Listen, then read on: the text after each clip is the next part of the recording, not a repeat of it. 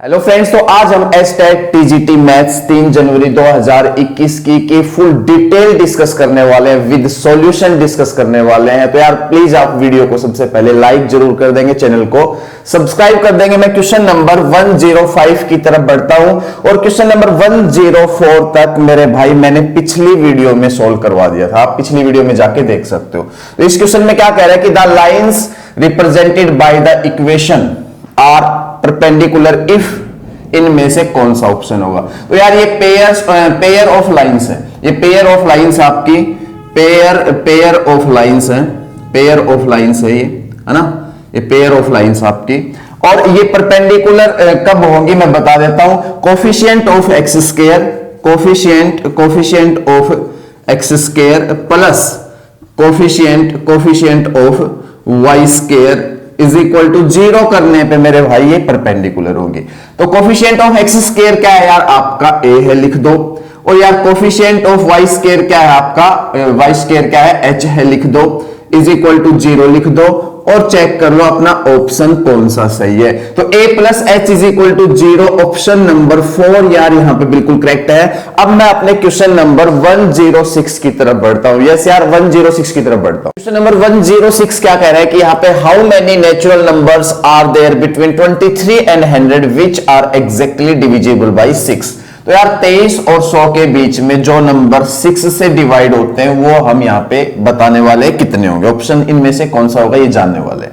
तो यार यहाँ पे मैं आपको ये कहूं कि 23 के बाद जस्ट 24 6 से डिवाइड होता है ना, और यहाँ पे आपका 30 फिर 6 से डिवाइड होता है, फिर 36 6 से डिवाइड होता है, फिर लास्ट चलते चलते चलते चलते आपका 96 भी यार 6 से डिवाइड हो जाता है।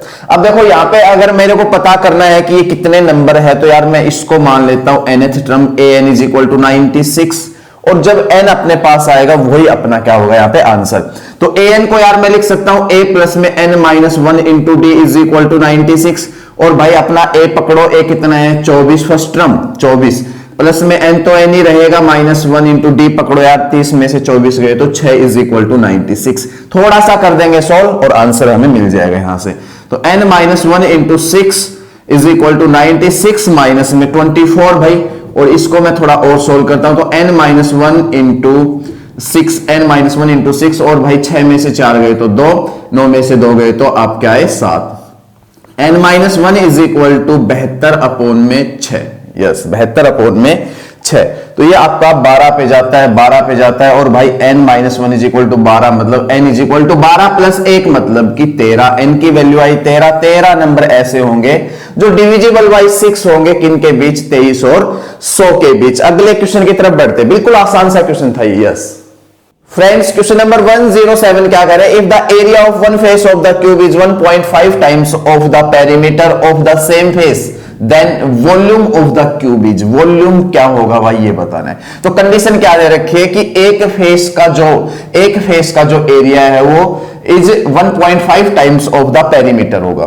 तो यार क्यूब का जो फेस है, सीधी सी बात है, वो बनेगा एक स्क्वायर।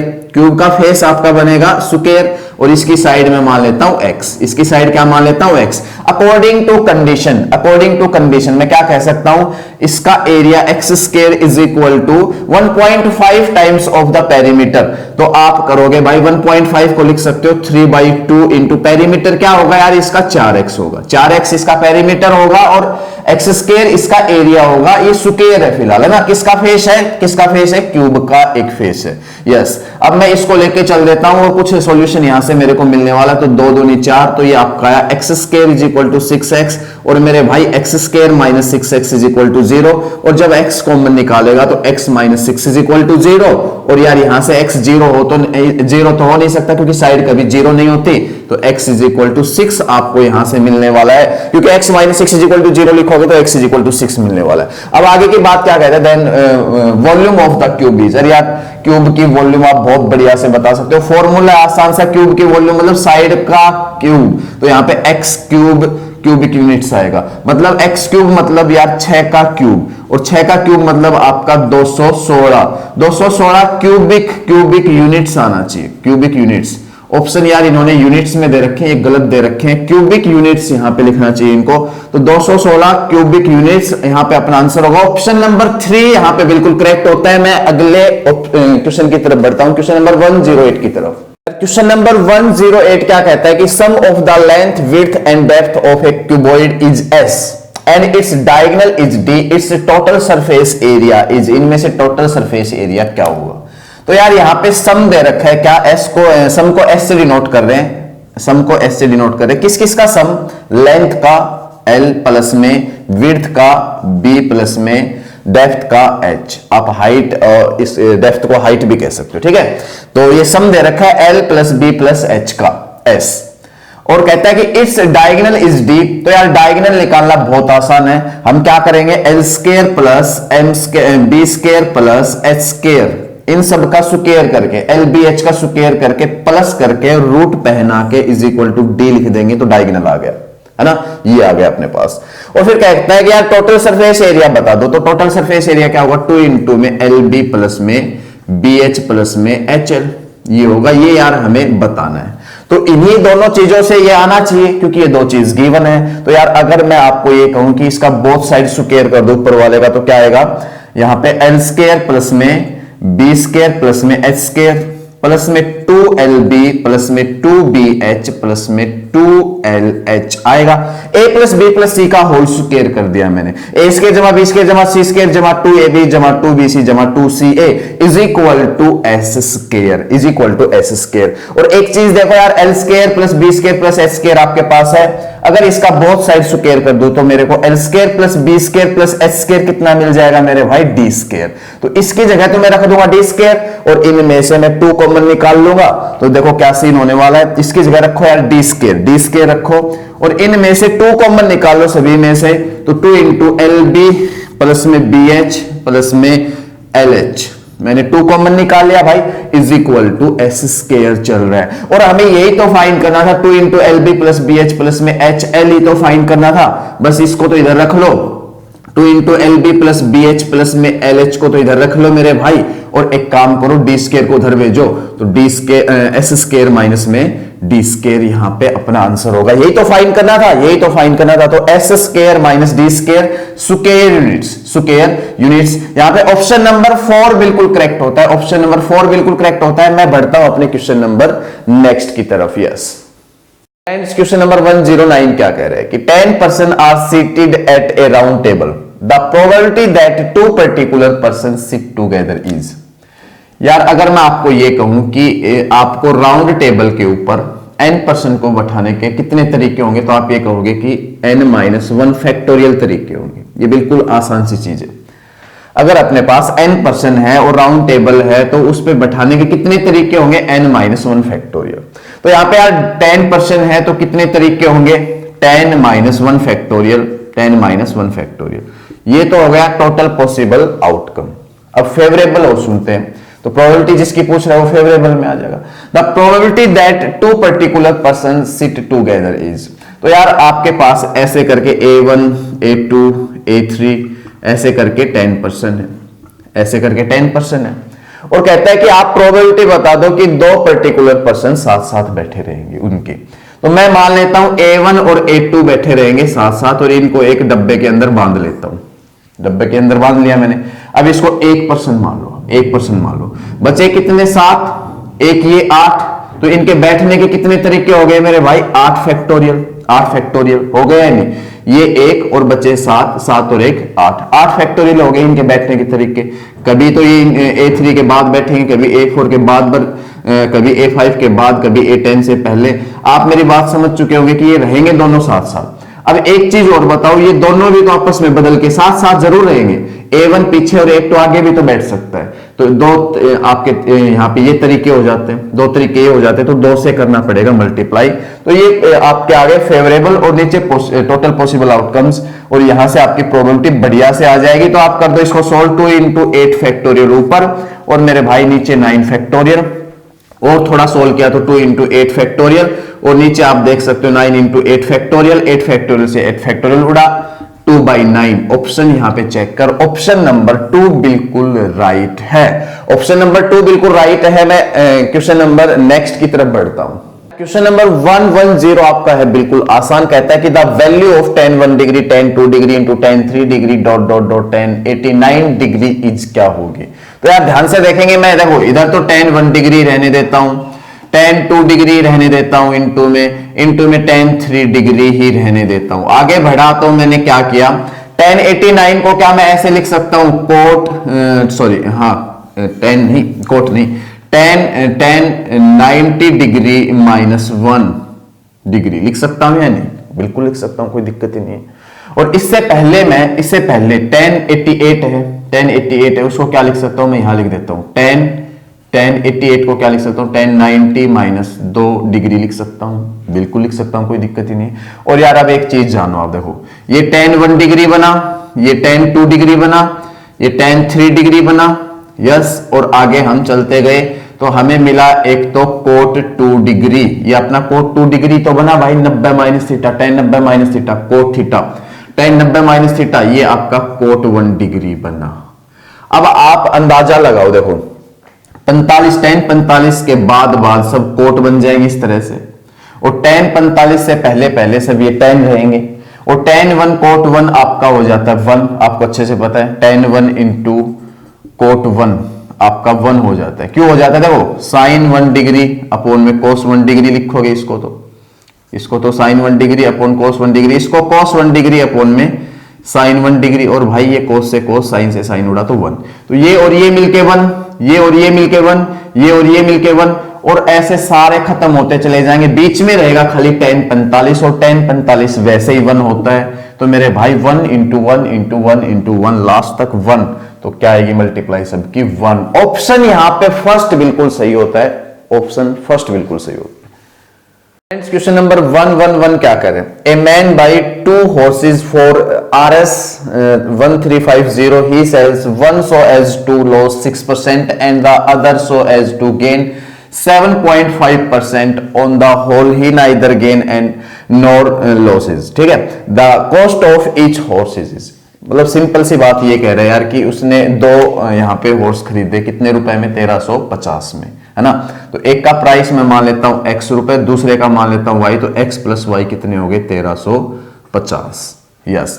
अब कहता है कि he sell one so as to lose 6% and the other so as to gain 7.5%।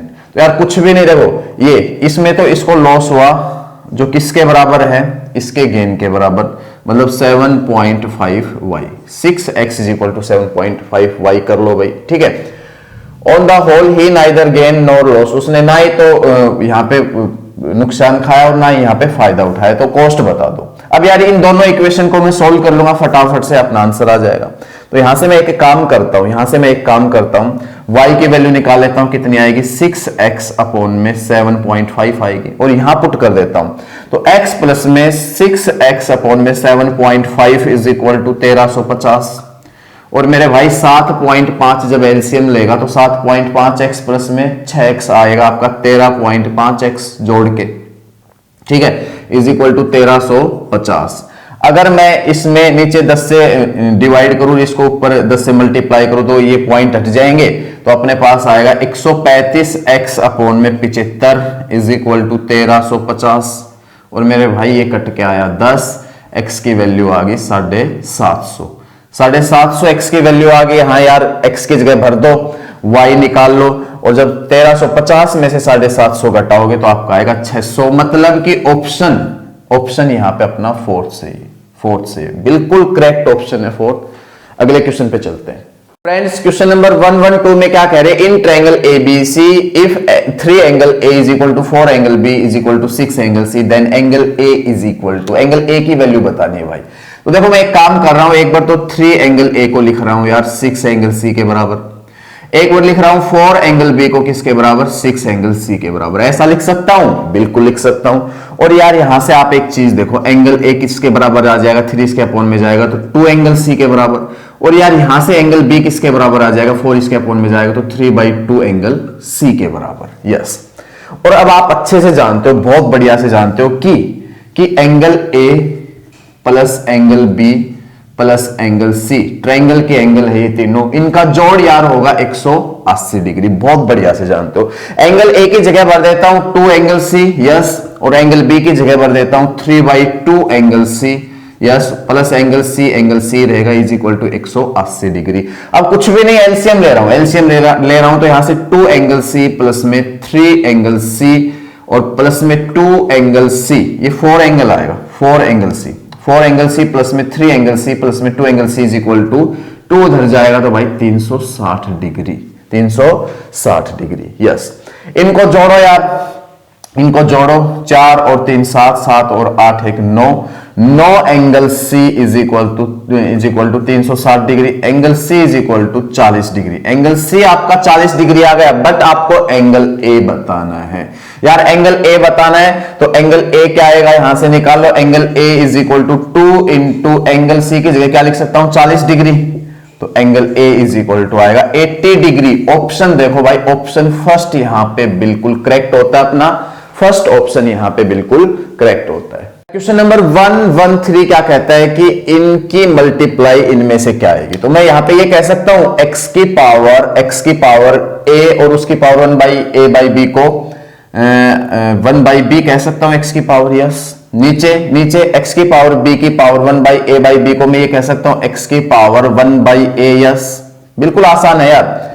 Into x की पावर b उसकी पावर 1/bc को क्या कह सकता हूं मैं, x की पावर 1/c, और नीचे यार बन गया x की पावर 1/b, आगे चला तो x की पावर 1/a, और आगे चला तो अपॉन में आया तो x की पावर 1/c। ये कुछ बनने वाला है सॉल्व करके। अब यार इनको उड़ा दो, ये इससे उड़ा, ये इससे उड़ा, ये इससे उड़ा, इज इक्वल टू 1। ऑप्शन यहां पे फर्स्ट अपना बिल्कुल करेक्ट होता है, ऑप्शन फर्स्ट यहां पे बिल्कुल करेक्ट होता है। फ्रेंड्स, क्वेश्चन नंबर 114 क्या कह रहा था, sum and difference of the LCM and HCF of two numbers are 592 and 518 respectively. If the sum of the numbers be 296 then the number are, आपके नंबर कौन से होंगे। तो यार ऐसे क्वेश्चन आप ऑप्शन से क्या करो, ऑप्शन से क्या करो, बहुत जल्दी सोल्व होंगे। इन दोनों का सम आप देखो 296 बन रहा है, नहीं बन रहा यार। इन दोनों का सम 296 बन रहा है, नहीं बन रहा।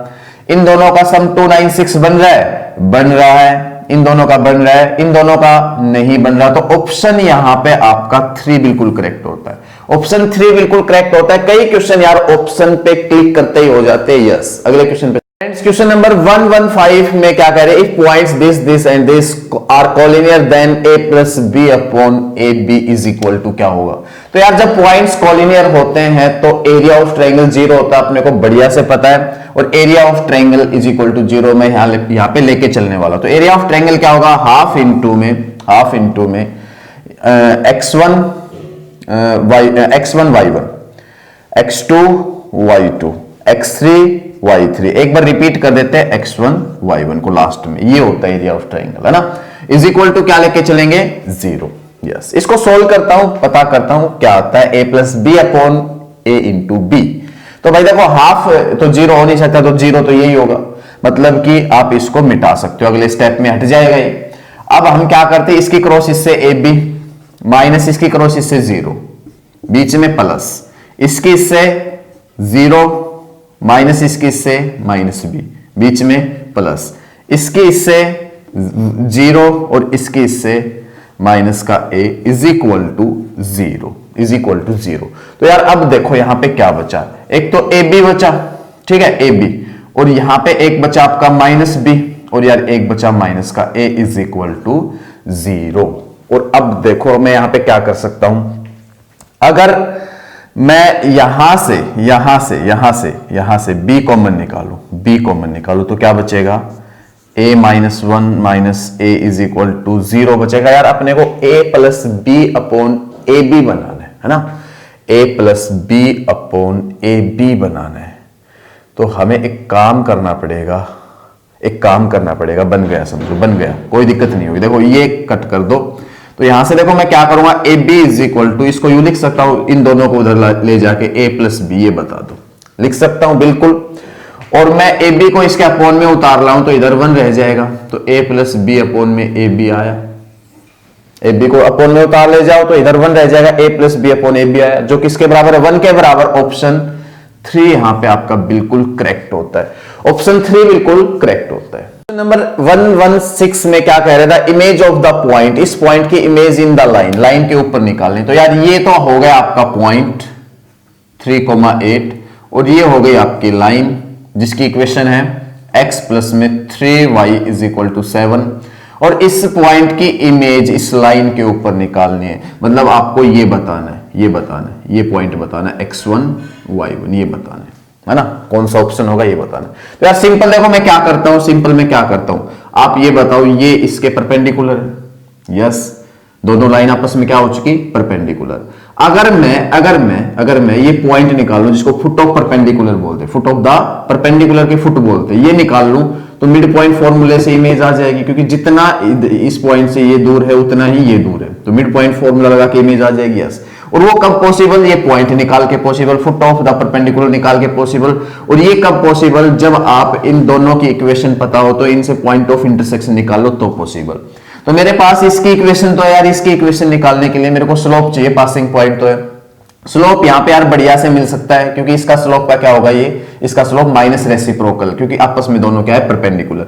यहां से इसका स्लोप निकालता हूं तो मैं यहाँ पे यू लिख सकता हूं 3y is equal to minus x plus 7, y की वैल्यू कितनी आ गई, -1/3 x प्लस में 7/3, और यहाँ पे यार इसका जो स्लोप है -1/3 है, तो इसके परपेंडिकुलर ये है, तो इसका स्लोप क्या होगा, पक्का से 3 होगा, क्योंकि इसका माइनस रेसिप्रोकल, -1 अपॉन -1/3, 3 तो बनेगा मेरे भाई 3, इसका स्लोप क्या होगा 3। पासिंग पॉइंट आपके पास है, स्लोप आपके पास है, पहले इक्वेशन निकालो, y माइनस में y1 is equal to slope into में x माइनस में x1, इसकी इक्वेशन आ चुकी। थोड़ा सा और सोल्व कर देता हूं, y minus 8 is equal to 3x minus का 9, तो यार 3x प्लस का 9, सॉरी 3x माइनस का, इधर ले आओ यार इसको, 3x माइनस का y और प्लस का 9 इधर जाके हो जाएगा, -8 पहले से है तो 1, 3x minus y is equal to 1, इसकी इक्वेशन है, इसकी इक्वेशन ये है। दोनों को कर लेता हूं सोल्व, तो सोल्व कैसे होगा भाई, ये x प्लस में 3y plus is equal to 7 है, ये 3x माइनस में y इज इक्वल टू 1 है।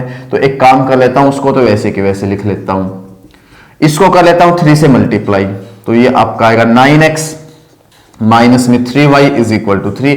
अब कर लेता हूं ऐड, तो 3y से 3y हो गया कैंसिल, x और प्लस 9x होगा 10x इज इक्वल टू 7 और 3 होगा 10, x की वैल्यू आई यार 1, x की वैल्यू 1 आई, y आराम से बता दोगे, जब x की जगह 1 लगाओगे तो उधर जाएगा तो 7 माइनस 1 6 और 3 अपॉन में जाएगा तो 2 आ जाएगा, y की वैल्यू क्या आ जाएगी 2। तो ये आपके पास कोऑर्डिनेट आ गए फुट ऑफ द परपेंडिकुलर के। अब यार इमेज बता दो, बिल्कुल आसान काम है, ये प्लस ये x1 plus 3/2 is equal to 1, और यार ये प्लस में ये y1 प्लस में 8/2 इज इक्वल टू 2, है ना, यस। अब देखो x1 की वैल्यू 2 में से 3 गए तो -1 तो यहां पे ये रहा, है ना, और y1 और पता कर लो, -4 आता है नहीं, 2 दूनी 4 और 4 में से 8 गए तो -4। ऑप्शन 4 यहां पे बिल्कुल सही होता है, ऑप्शन 4 यहां पे बिल्कुल सही होता है। तो थोड़ा सा टाइम तो लगेगा, पर आराम से आप इस क्वेश्चन को कर सकते हो। क्वेश्चन नंबर 117 में क्या कह रहे हैं कि the distance of the code of length 16 centimetre from the centre of the circle of diameter 20 centimetre is. देखो यार सिंपल क्या कह रहे हैं, ये आपके पास कोई सर्कल है यार, ये आपके पास कोई कोड है जिसकी लेंथ कितनी है 16 सेंटीमीटर, जिसकी लेंथ कितनी है 16 सेंटीमीटर, ठीक है। अगर मैं एक काम करूं सेंटर से है ना, सेंटर से, और इधर मैं परपेंडिकुलर डालूं तो ये होगा या नहीं, ये होगा। और इसकी क्या बतानी है अपने को, लेंथ बतानी है, इसकी क्या बतानी है अपने को, लेंथ बतानी। यही तो कह रहा है कि the distance of the code of the length 16 centimetre from the centre of the circle, centre से लेंथ बतानी है ना, और डायमीटर कितना है 20 सेंटीमीटर। तो एक काम करते हैं भाई, ये 20 ये देखो ये रेडियस हो गई, डायमीटर 20 है तो रेडियस कितनी होगी 10 सेंटीमीटर, हो गई या नहीं, यस। अब दाय तो होगा यार, उधर 10 इधर 10। अब ये बताओ, जो मैंने परपेंडिकुलर डाला है सेंटर से इसके ऊपर, तो ये दो बराबर हिस्सों में बांट रहा है, तो कोड अपने कितनी थी 16 सेंटीमीटर की, तो ये 8 हुआ और उधर भी क्या रह गया 8 रह गया। अब मैं अगर ये लेंथ निकाल देता हूं तो अपना आंसर आ जाएगा, ये मेरे पास है, ये मेरे पास है, ये परपेंडिकुलर है, तो मैं ये लेंथ आराम से निकाल सकता हूं पाइथागोरस थ्योरम का यूज करके। अंडर रूट 10 का स्क्वायर माइनस में 8 का स्क्वायर, जिसको मैं सोल्व कर लेता हूं 100 माइनस में 64 आया रूट 36 जो आया 6 सेंटीमीटर। ये जो लेंथ है ये कितनी है 6 सेंटीमीटर, यहां से यहां तक। यही पूछ रहा था। ऑप्शन 3 यहां पे यार बिल्कुल करेक्ट होता है। यस, ऑप्शन 3 यहां पे बिल्कुल करेक्ट होता है। क्वेश्चन नंबर 118 में क्या कह रहा है, the distance between the parallel lines, इन दोनों पैरेलल लाइंस के बीच की डिस्टेंस इनमें से क्या होगी। तो यार सबसे पहले आपको पता होना चाहिए दो पैरेलल लाइन का स्लोप बराबर होता है। स्लोप बराबर मतलब दो पैरेलल लाइन के जैसे एक लाइन ये ax प्लस में by प्लस में c1 इज इक्वल टू 0, एक लाइन ये है ax प्लस में by प्लस में c2 इज इक्वल टू 0। तो ये दोनों पैरेलल हैं। पैरेलल लाइंस की खासियत मैं आपको बता दूं कि x और y के कोफिशिएंट होंगे सेम, ये कांस्टेंट लास्ट में लगूगा, ये दिमाग में बसा लो। अब अगर हम इनको इस फॉर्म में बदल दें तो एक फॉर्मूला होता है दो पैरेलल लाइन के बीच की डिस्टेंस निकालने का, क्या, c1 माइनस में c2 का मॉडुलस अपॉन में under root a square plus में b स्क्वायर। यहां पे c1 को हम जानते हैं, c2 को हम जानते हैं, a को हम जानते हैं, b को हम जानते हैं। तो ये फॉर्मूला फिट करने से आंसर आ जाएगा। तो सबसे पहले इन दोनों को इस शकल में बदलते हैं, मतलब x और y के इनके कोफिशिएंट बनाते हैं सेम, फिर ये फॉर्मूला रखेंगे।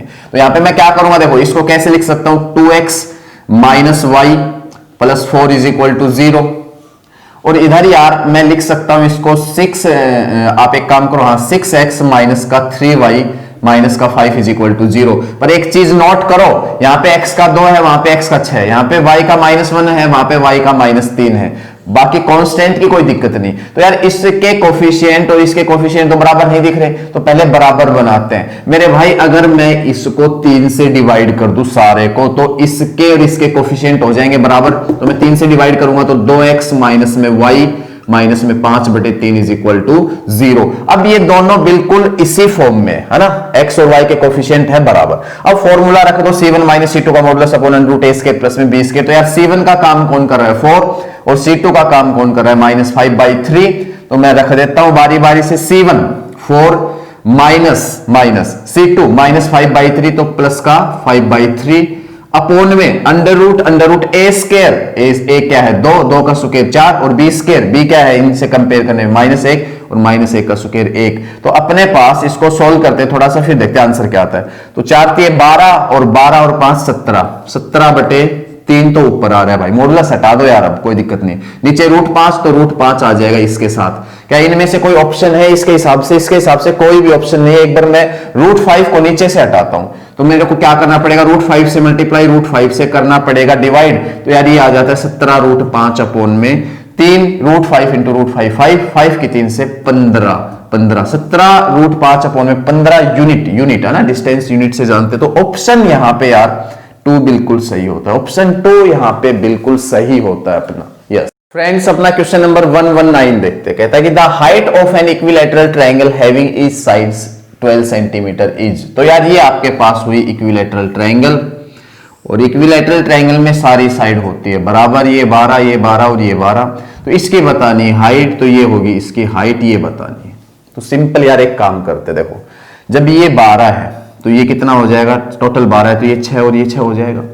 अगर मैं यहाँ पे पाइथागोरस थ्योरम लगा दूं तो हाइट आ जाएगी आराम से बढ़िया से। यस, तो पाइथागोरस थ्योरम लगाता हूं तो क्या होगा, अंडर रूट इस ट्रायंगल पे 12 का स्क्वायर माइनस में 6 का स्क्वायर।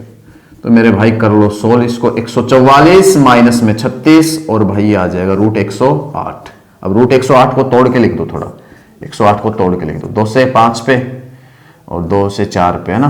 फिर आपका जाता है फिर 2 से 2 दूनी 4 2 7 14, फिर आपका जाता है 3 से 3 9 27, फिर 3 से 3 3 9, फिर 3 से 1। तो यार देखो ये एक तो 2 बाहर आ जाएगा, एक 3 आ जाएगा, तो 6 तो बाहर आ जाएगा, अंदर क्या रह जाएगा √3 6√3 देखो 6√3 सेंटीमीटर। ऑप्शन 3 यहां पे बिल्कुल करेक्ट होता है। यस, ऑप्शन 3 यहां पे होता है। फ्रेंड्स, क्वेश्चन नंबर 121 में क्या कहते हैं कि the probability that a non leap year has 53 Sunday is. तो यार हमें पता होना चाहिए नॉन लीप ईयर में होते 365 दिन और लीप ईयर में होते 364 दिन। तो हमें संडे पता करने के लिए यहाँ पे वीक पता करना पड़ेगा पहले कि वीक कितने हैं, जितने वीक होंगे उतने ही संडे होंगे। तो यहाँ पे मैं एक काम करता हूँ, 7 से डिवाइड कर लेता हूँ। 7 से ये जाएगा पहले 5 पे, आया 35 और 1 और 5 अब जाएगा 2 पे, आया 14 बचा 1। मतलब कि यहाँ पे यार 365 दिन में पूरे 52 तो वीक होंगे कंप्लीट 52 वीक होंगे, और 52 वीक होंगे तो 52 संडे तो हो गए। हमें प्रोबेबिलिटी बतानी है, बचा देखो ये तो अपने पास श्योर हो गया भाई 52 तो होंगे श्योर की कभी प्रोबेबिलिटी आती नहीं, आपको अच्छे से पता है ना, उसकी तो प्रोबेबिलिटी बनी होती है। अब इस पे हमें सस्पेंस है, तो इसकी प्रोबेबिलिटी बताएंगे। तो एक दिन बचा, या तो संडे होगा या मंडे, ट्यूसडे, वेडनेसडे, थर्सडे और फ्राइडे, सैटरडे, इनमें से एक तो होगा। यस, एक दिन या तो संडे होगा या फिर मंडे होगा, ट्यूसडे होगा, वेडनेसडे होगा, थर्सडे होगा, फ्राइडे होगा या सैटरडे, ये होगा। तो इनमें टोटल केस तो कितने हो गए भाई, टोटल केस तो कितने हो गए आपके 7। और संडे आने फेवरेबल मतलब आपको संडे की प्रोबेबिलिटी बतानी, फेवरेबल क्या हो गया संडे, तो 1, तो 1/7 यहां पे प्रोबेबिलिटी आएगी। ऑप्शन 4 यहां पे होता है अपना बिल्कुल correct. Yes friends, question number 122 में क्या कह रहा है कि perimeter of A square is 24√2 centimetre, it's diagonal is, इसका डायगोनल क्या होगा। तो यार सिंपल है बहुत ज्यादा, ये आपके पास हो गया स्क्वायर, ठीक है। स्क्वायर में सारी साइड होती है बराबर, x मान लिया, ठीक है। और मैं एक काम करता हूं, स्क्वायर में क्या होता है, सारे एंगल ये क्या होते हैं 90 डिग्री, ये भी मैं बना देता हूं। यस, तो आपसे ये कह रहे हैं कि भाई डायगोनल बता दो, पेरीमीटर दे रखा है स्क्वायर का, तो perimeter x plus x plus x plus x 4x कितना दे रखा है भाई 24√2। और यार यहां से x इज इक्वल टू 6√2 आ जाएगा, 6√2 सेंटीमीटर आ जाएगा। x की वैल्यू मतलब साइड कितनी आ गई 6√2 सेंटीमीटर। जब ये आपका 6√2 है, ये आपका 6√2 है ना, 6√2 है, तो आप बढ़िया से ये भी बता सकते हो, है ना, बढ़िया से ये भी बता सकते हो, डायगोनल भी बता सकते हो, यस। कैसे, अब ये 90 डिग्री है तो भाई ये बन गई राइट एंगल ट्रायंगल, और यहां पे लगाऊंगा पाइथागोरस क्या कहता है, परपेंडिकुलर का स्क्वायर प्लस में बेस का square is equal to hypotenuse का स्क्वायर, और ये तो निकालना है अपने को डायगोनल। तो क्या आएगा आंसर 6√2 का स्क्वायर, 6√2 का स्क्वायर प्लस 6√2 का स्क्वायर, है ना, ये आएगा। तो भाई एक काम करते हैं, ये आया आपका 72 अंदर, और ये भी आपका आया 72, ठीक है, और ये बना 144, और सेंटीमीटर जरूर लगाओगे, 144 का रूट कितना हो जाएगा भाई आपका 12 सेंटीमीटर, है ना, 12 सेंटीमीटर। यहाँ पे ऑप्शन नंबर 4 सही होगा आपका। तो फ्रेंड्स आज के लिए बस इतना ही, है ना फ्रेंड्स, आज के लिए इतना ही। अगर यार वीडियो आपको पसंद आई है तो प्लीज वीडियो को लाइक जरूर करके जाएंगे, चैनल को सब्सक्राइब करेंगे। आगे के क्वेश्चन मैं अगली वीडियो में लेके आने वाला हूं। Thank you very much.